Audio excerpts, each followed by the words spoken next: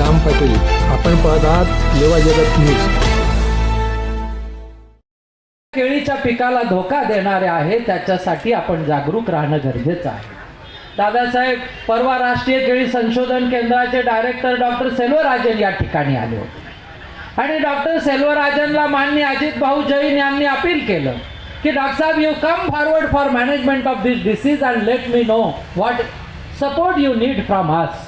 आमच्याकडनं काय मदत आपल्याला पाहिजे सांगा, परंतु या रोगाला जागच्या जागेवर थांबवणं गरजेचं आहे. याचं prevention is better than cure आणि म्हणून याचं प्रिव्हेन्शन करणं गरजेचं आहे. अशा प्रकारचा विचार आपल्या सगळ्यांच्या मनामध्ये येणं गरजेचं आहे.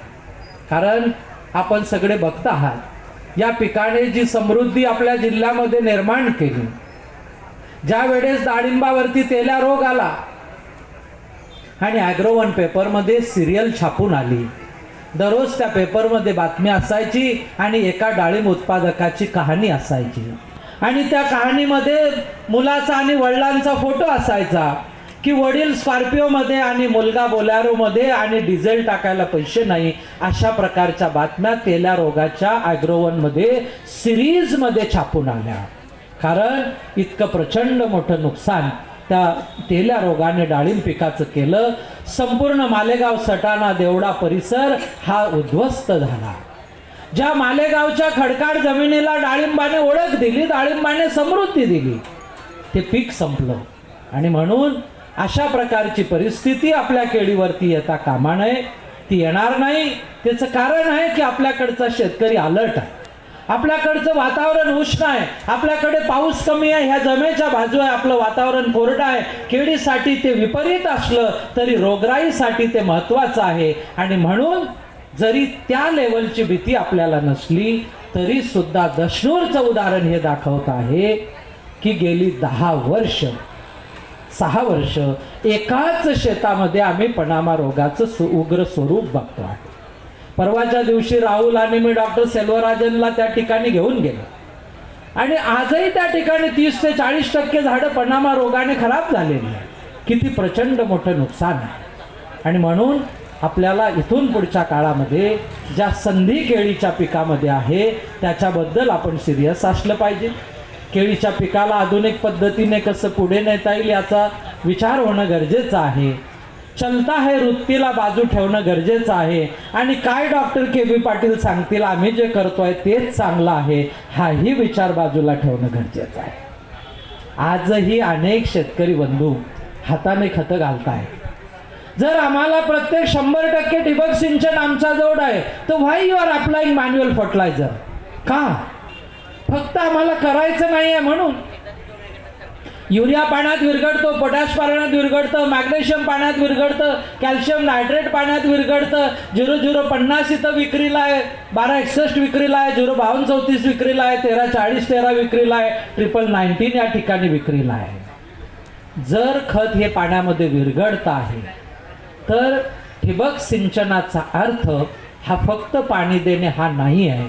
आपण त्याचा अर्थ वेगळा घेतला, थोडा आपण संकुचित अर्थ घेतला. गडी शेतातला काढला, सालदार शेतातला काढला, त्याची जागा ड्रीपने घेतली. खऱ्या अर्थाने ठिबकचा उपयोग करायचा असेल तर झाडाला पाण्याच्या प्रत्येक थेंबामध्ये अन्न घटकांचा अवशेष त्याच्यातनं जाणं हा खरा त्याचा उपयोग आहे, हे लक्षात घ्या. नाही, जागा सोडत नाही म्हणून इथपर्यंत सगळं ठीक आहे. ते जर जागा सोडून 2 हात करायला आपल्याशी आला असतं ना, दररोज भानगड झाली असती. आपण म्हणतो महिन्यात एकदा खत टाका, दररोज फोटोसिंथेसिस होत आहे, दररोज त्याच्यातल्या बायोलॉजिकल ऍक्टिव्हिटी सुरू आहे, बायोमास निर्माण करणं सुरू आहे, पाण्याचं इव्हॅपोरेशन सुरू आहे, अन्न घटकाचं कन्झम्पशन सुरू आहे. त्याला दररोज अन्न घटकाची गरज आहे. आणि म्हणून tissue culture, water management, nutrition management, disease management, fruit care management, ह्या 5 गोष्टी केळीच्या पिकामध्ये अत्यंत महत्त्वाच्या आहे. कृपया आपण याच्यावरती थोडं सिरियस व्हावं. गेली 30 वर्ष आम्ही आपल्या सोबत आहोत, इथूनही पुढे आपल्या सोबत आहोत, यामध्ये कुठल्याही प्रकारची शंका नाही. परंतु या पिकाला यशाच्या इथून पुढच्या उंच पायरीवरती पोहोचवण्यासाठी आणि जगाच्या बाजारपेठेमध्ये आपला बोलबाला निर्माण करण्यासाठी आणि केळी पिकाची सस्टेनेबल फार्मिंग इथून पुढच्या काळामध्ये अत्यंत उत्तम पद्धतीचं इकॉनॉमिकल रिटर्न देणारी फार्मिंग ही शाश्वतरित्या कशा पद्धतीने चालू राहील याचा विचार आपल्या सगळ्यांच्या मनामध्ये येणं गरजेचं आहे असं मला वाटतं. एवढं सांगून आपल्या सगळ्यांच्या श्रवण क्षमतेला आणि शक्तीला आणि आपल्या टेक्नॉलॉजीबद्दलच्या असलेल्या आस्थेला मी खऱ्या अर्थाने सलाम करतो. आणि आजचं हे माझं व्याख्यान ज्यांनी या परिसराला एका महाराष्ट्राचा आणि जळगाव जिल्ह्याचा कॅलिफोर्निया बनवण्याचं काम ज्यांच्या पदस्पर्शाने या ठिकाणी झालं अशा आदरणीय स्वर्गीय प्रातस्मरणीय बाळासाहेबांच्या चरणी माझं हे व्याख्यान अर्पण करतो आणि थांबतो. धन्यवाद. जय हिंद. दंडवत प्रणाम. केळीसाठी प्रसिद्ध असलेल्या सावदा शहरात आली आहे एक खास संधी. राधाकृष्ण संकुल, रावेर महामार्गालगत LIC बिल्डिंग शेजारी महेंद्र स्वामींच्या समोर. इथे मिळतात व्यवसायासाठी प्रशस्त दुकाने, आधुनिक 1 BHK फ्लॅट्स, लॉजिंगची सोय आणि टेरेसवर जिमसाठी खास हॉल. संपूर्ण लिफ्ट आणि पार्किंगची सोय असलेली ही जागा आता योग्य त्या भाड्याने उपलब्ध आहे. राधाकृष्ण संकुल, रावेर महामार्गालगत LIC बिल्डिंग शेजारी महेंद्र स्वामींच्या समोर, सावदा, तालुका रावेर, जिल्हा जळगाव. संपर्क करा विलास पाटील 7558881156 किंवा सागर पाटील 8398391178.